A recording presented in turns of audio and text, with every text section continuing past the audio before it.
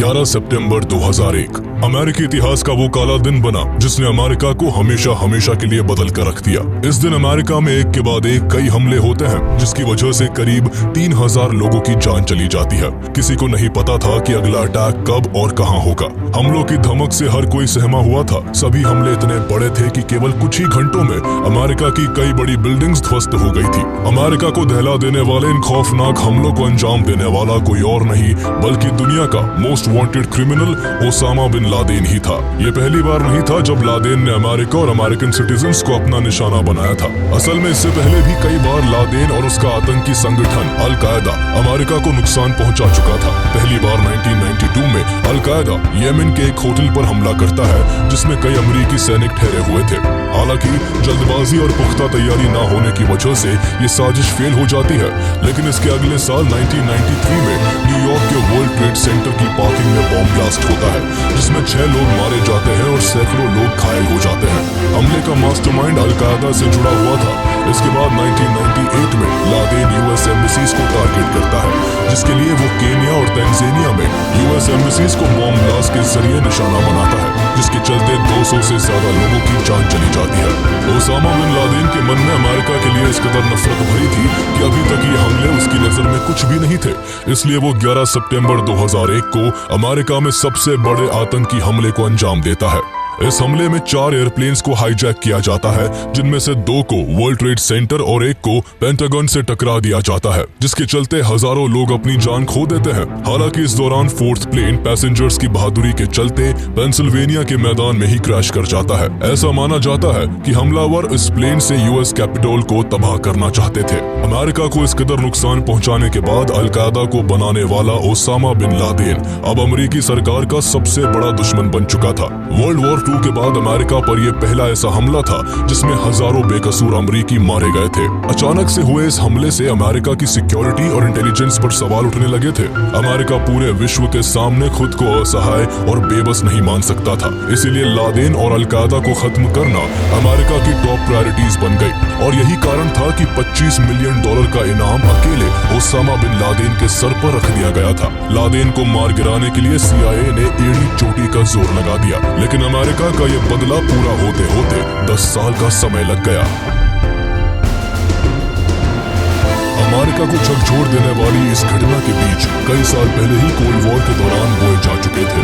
इसकी शुरुआत 1979 में अफगानिस्तान से हुई थी, जहां अमेरिका ने USSR को अफगानिस्तान से हटाने के लिए मुजाहिदीन फाइटर्स को सपोर्ट करना शुरू कर दिया और एक ऐसे इंसान को जन्म दे दिया जो अमेरिका के लिए ही सबसे बड़ा सिरदर्द बनने वाला था।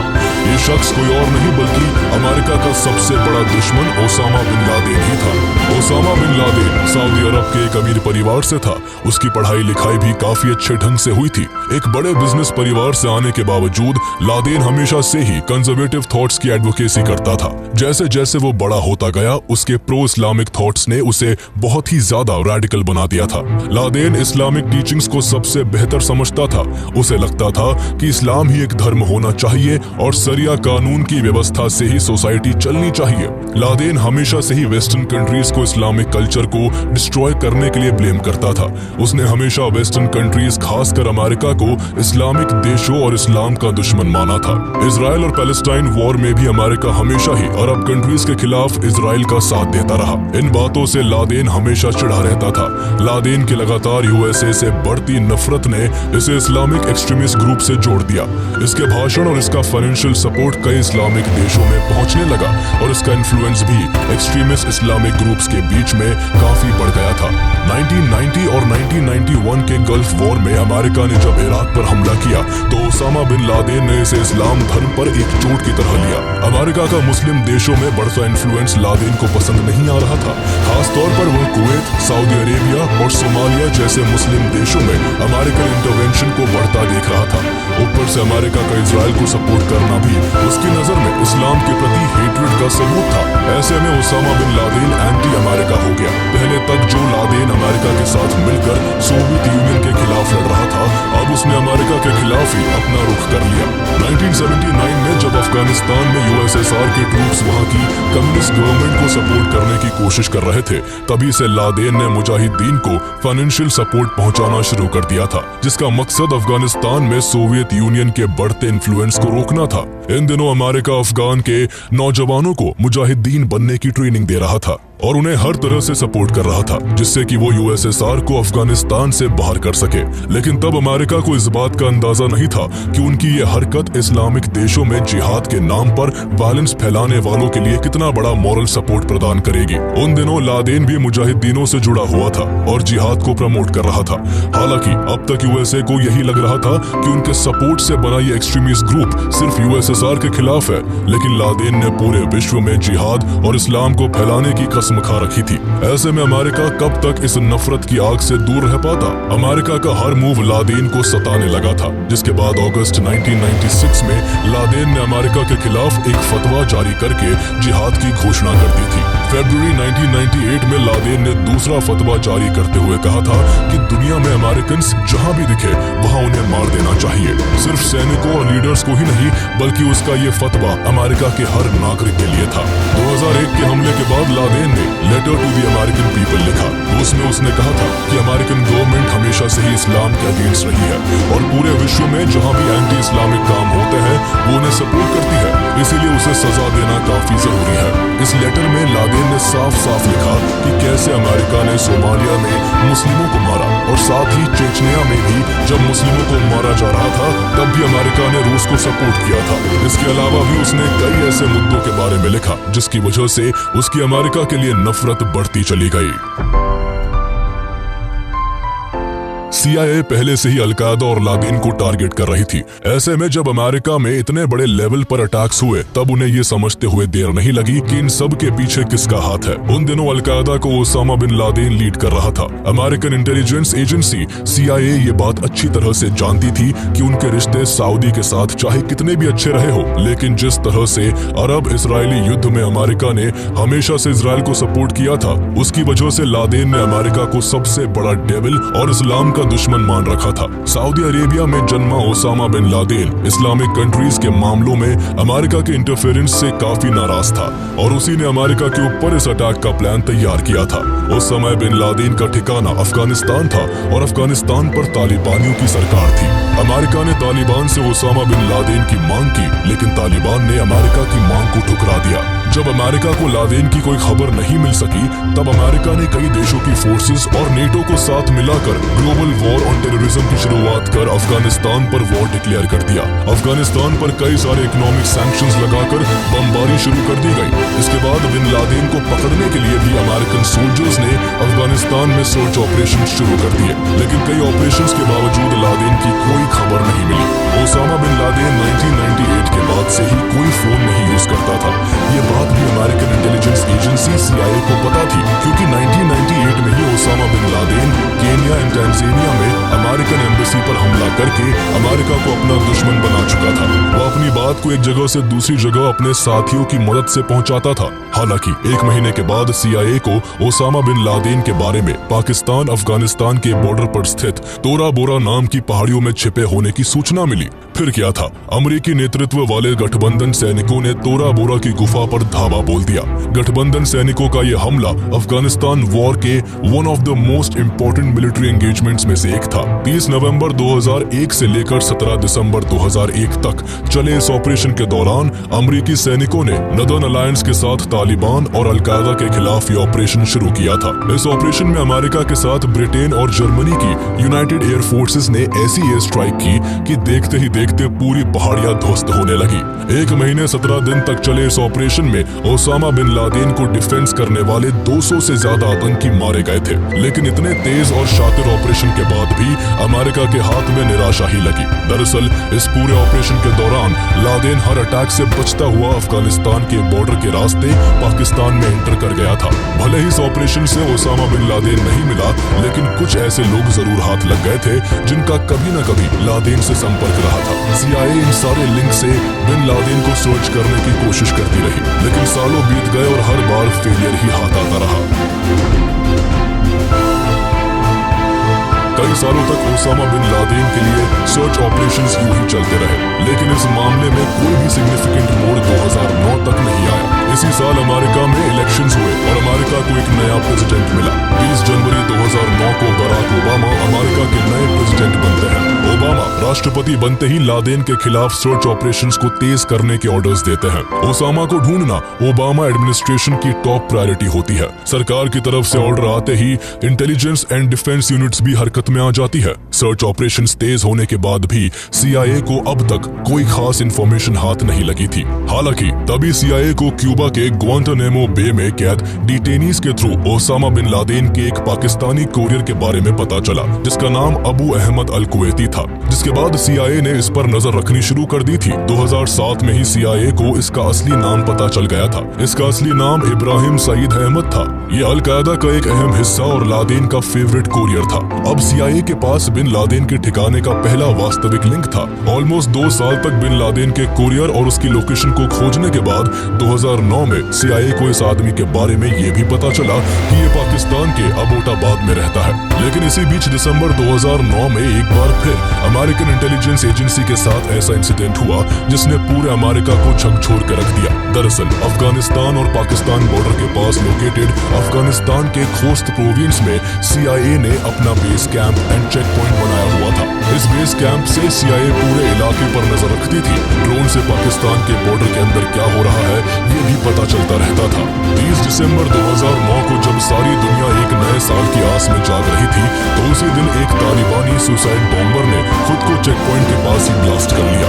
इस ब्लास्ट में 7 CIA ऑपरेटिव की जान चली गई। इस घटना ने अब अमेरिका के सबर के सारे बांध तोड़ दिए थे और अब तक जो ऑपरेशन धीरे धीरे चल रहा था उसे पूरा करने के लिए CIA ने एड़ी चोटी का जोर लगा दिया था। अगस्त 2010 तक CIA ऑपरेटिव ने अल कुवैती का पीछा किया, जिससे वो फाइनली उसके अबोटाबाद रेजिडेंस तक पहुंच ही गए। अगले 1 साल तक CIA ऑपरेटिव अल कुवैती का पीछा करता रहा। अल कुवैती के रोज के कामों को ट्रैक करने पर उसे एक आश्चर्यजनक रूप से एक सिक्योर कंपाउंड में बार बार आते जाते देखा गया। CIA ने अब जाकर अनुमान लगाया कि ये बिल्डिंग एक सेफ हाउस है और किसी महत्वपूर्ण व्यक्ति को छिपाने के लिए बनाई गई है। हालांकि अनुमान की बदौलत कोई भी एक्शन लेना सही नहीं था, इसलिए CIA ने इस फोर्ट्रेस जैसी बिल्डिंग और यहाँ आने जाने वाले लोगों के सैटेलाइट फोटोज निकालने शुरू किए। यहाँ अक्सर ही कई लोग आया जाया करते थे, लेकिन लादेन को कभी किसी ने यहाँ नहीं देखा था। हालांकि बिल्डिंग का स्ट्रक्चर स्टडी करने के बाद CIA ने यह फैसला लिया कि ये जगह ओसामा बिन लादेन को छुपाने के लिए तैयार की गई है। तस्वीरों और एविडेंसेस के आधार पर CIA ने यह माना कि इस बिल्डिंग में लादेन अपने कुछ खास आदमियों और अपनी सबसे छोटी पत्नी और बच्चों के साथ रहता है। हालांकि अब तक सिर्फ अजम्पशंस ही बने हुए थे, जिनकी पुष्टि काफी जरूरी थी और इसीलिए CIA ने इन अजम्पशंस को वेरीफाई करने के लिए एक नया प्लान बनाया। प्लान के मुताबिक CIA ने एक पाकिस्तानी डॉक्टर शकील अफरीदी और कुछ नर्सेस को वैक्सीनेशन के बहाने उस घर में भेजा। Doctor Shakeel Afridi Khyber tribal district में एक टॉप के मेडिक थे और हेल्थ सर्विसेज के हेड के रूप में उन्होंने कई US फंडेड वैक्सीनेशन प्रोग्राम की देखरेख भी की थी, जिस कारण जब CIA ने उन्हें बिल्डिंग में घुसने का टास्क दिया तो उन्होंने वैक्सीनेशन प्रोग्राम का बहाना बनाकर अबोटाबाद के गैरिसन टाउन में एक गवर्नमेंट एम्प्लॉय के रूप में एंटर किया, जहां पाकिस्तानी मिलिट्री की नाक के नीचे ओसामा बिन लादेन छिप कर रह रहा था।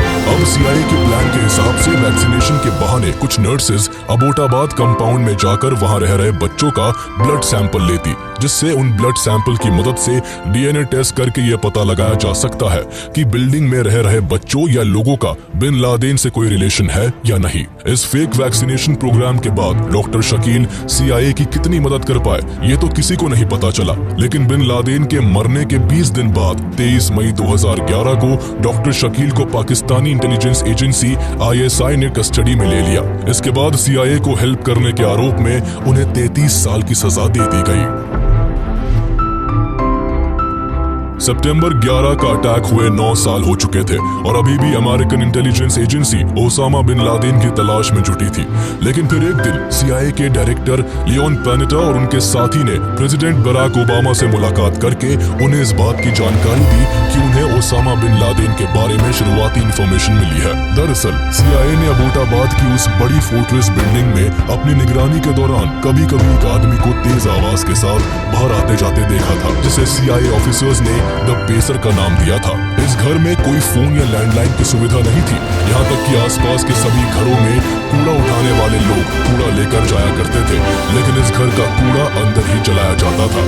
CIA ने अंदाजा लगा लिया था कि द पेसर ही ओसामा बिन लादेन है। इसके बाद इस एरिया का 3 डायमेंशनल स्ट्रक्चर बनाकर इस मकान पर अटैक के बारे में प्रेसिडेंट बराक ओबामा को जानकारी दी गई। प्लान बनाया गया कि अमेरिका अपने इस ऑपरेशन की जानकारी पाकिस्तान को नहीं देगा, लेकिन हिलरी क्लिंटन का मानना था कि अगर ऐसा किया गया तो अमेरिका और पाकिस्तान के रिलेशंस खराब हो सकते हैं। जिसके बाद बात को खत्म करते हुए डिसीजन लिया गया कि अगर ऑपरेशन के बीच पाकिस्तान को इस ऑपरेशन के बारे में खबर लग जाती है तो अमेरिकन एम्बेसडर तुरंत पाकिस्तानी गवर्नमेंट से बात कर लेंगे और मामले को संभाल लेंगे। इस ऑपरेशन का टारगेट ओसामा बिन लादेन और उस बिल्डिंग में रहने वाले लोगों को कैप्चर करने का था। CIA ऑफिसर्स का प्लान था कि अगर ओसामा और उसके साथी सरेंडर कर देंगे तो उन्हें जिंदा ही पकड़ लिया जाएगा। प्लान अप्रूव होने के बाद अब US की नेवी सील पाकिस्तान के अबोटाबाद में रेड डालने के लिए तैयार थी।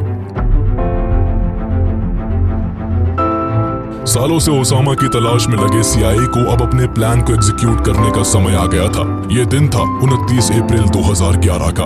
ऑपरेशन को अंजाम देने के लिए पूरी टीम अब तैयार थी। ऑपरेशन शुरू करने से पहले अमेरिकन नेवी की सील टीम 6 ने 6 बार मॉक ड्रिल करके हर तरह के पोटेंशियल थ्रेट्स को काउंटर किया, जिससे किसी भी कीमत पर लादेन हाथ से ना निकलने पाए। 1 मई 2011 को प्रेसिडेंट बराक ओबामा ने इस ऑपरेशन को अच्छी तरह से रिव्यू किया और इस प्लान को अप्रूव कर दिया। इस ऑपरेशन के लिए 2 ब्लैक हॉक UH-60 हेलीकॉप्टर तैयार किए गए और इस ऑपरेशन में सील टीम 6 के 23 बेस्ट कमांडोज, एक ट्रांसलेटर जो पाकिस्तानी लैंग्वेज जानता था और एक मिलिट्री डॉग कायरो को शामिल किया गया। 1 मई 2011 की रात को 10:30 पर US एयरफोर्स के दोनों ब्लैक हॉक हेलीकॉप्टर्स अफगानिस्तान के जलालाबाद फॉरवर्ड ऑपरेटिंग बेस से पाकिस्तान के अबोटाबाद के लिए उड़ान भरते हैं। प्रेसिडेंट बराक ओबामा इस ऑपरेशन को CIA डायरेक्टर लियोन पेनेटा के साथ लाइव देख रहे थे। रात के लगभग 12:30 बज रहे थे। इस वक्त तक अबोटाबाद का पूरा एरिया सुनसान हो चुका था और इलाके में बिजली भी नहीं थी। काली रात में पूरा शहर गहरी नींद में सो रहा था। ऑपरेशन को अंजाम तक पहुंचाने के लिए नेवी सील की टीम अबोटाबाद पहुंच चुकी थी। सील्स के सोल्जर्स 3 मंजिले बिल्डिंग के अंदर एंटर कर रहे थे। ग्राउंड फ्लोर पूरी तरह से खाली था। सील के सोल्जर्स बिल्डिंग के फर्स्ट फ्लोर पर पहुंचते हैं, तभी उन्हें फर्स्ट फ्लोर पर किसी की आहट सुनाई देती है। पोजीशन लेकर सोल्जर दरवाजे तक पहुंच भी नहीं पाते कि इतने में दूसरी तरफ से तेजी के साथ फायरिंग होने लगती है। अपने आप को बचाते हुए सील्स की टीम ने ग्रेनेड से पूरे दरवाजे को उड़ा दिया। देखते ही देखते सील सोल्जर्स दरवाजे के अंदर घुस चुके थे। जब तक सामने वाले को मौका मिलता सोल्जर्स अपना काम पूरा कर चुके थे। दरअसल इस पहली झड़प में ओसामा बिन लादेन का कोरियर अबरार और उसकी वाइफ बुशरा मारी गई थी। इसी फर्स्ट फ्लोर के दूसरे कमरे में ओसामा बिन लादेन का दूसरा कोरियर अबू अहमद अल कुवैती सो रहा था और सील्स को देखकर जब तक अबू अहमद अपनी गन हाथ में लेता तब तक सोल्जर्स ने उसे भी मार गिराया। उस घर में बिन लादेन दूसरी और तीसरी मंजिल पर रहता था। सील्स की टीम को ये भी इंस्ट्रक्शंस मिले थे कि ओसामा बिन लादेन के साथ उसकी बीवी और बच्चे भी रहते हैं। सील्स ऑफिसर का बीवी और बच्चों को नुकसान पहुंचाने का कोई इरादा नहीं था। अब इतने में सेकंड फ्लोर पर सील्स की टीम पहुंची ही थी कि सामने से एक नौजवान लड़का हाथ में बंदूक लेकर खड़ा हो गया, लेकिन जब तक लड़का वार करता तब तक सील्स की टीम ने उसे भी मार गिराया। ये ओसामा बिन लादेन का बेटा खालिद था। कमरों में कुछ और लोग भी थे जिन्हें सील्स की टीम ने अपनी हिरासत में ले लिया था। इसके बाद ऑफिसर्स 3rd फ्लोर की तरफ बढ़े, तभी सामने से एक कमरे का दरवाजा खुलता है, जिसके बाद ओसामा बिन लादेन और सील्स के सोल्जर्स आमने सामने थे। लेकिन तभी एक औरत ओसामा बिन लादेन के सामने खड़ी हो जाती है। सील्स के ऑफिसर्स किसी भी कीमत पर लादेन को छोड़ नहीं सकते थे, इसलिए उन्होंने इस औरत के पैर पर गोली मार दी। गोली लगने के कारण औरत जमीन पर गिर गई, जिसके बाद सील के ऑफिसर्स ने 3 गोलियां ओसामा बिन लादेन के सीने में उतार दी। इसके साथ ही लादेन जमीन पर गिर के ढेर हो गया। इस ऑपरेशन को लाइव देख रहे अमेरिकन प्रेसिडेंट बराक ओबामा और CIA डायरेक्टर को करीब 20 मिनट तक स्क्रीन पर कुछ नहीं दिख रहा था। स्क्रीन केवल ब्लैक नजर आ रही थी, जिस कारण कमरे में बराक ओबामा के साथ बैठे अधिकारियों की बेचैनी बढ़ती जा रही थी। 40 मिनट चले इस ऑपरेशन के बाद सुबह 1 बजे स्क्रीन पर CIA director Leon Panetta president से कहते हैं कि enemy killed in action. Finally operation का मेन मकसद पूरा हुआ और इस ऑपरेशन में ओसामा बिन लादेन के अलावा 4 और लोग मारे गए।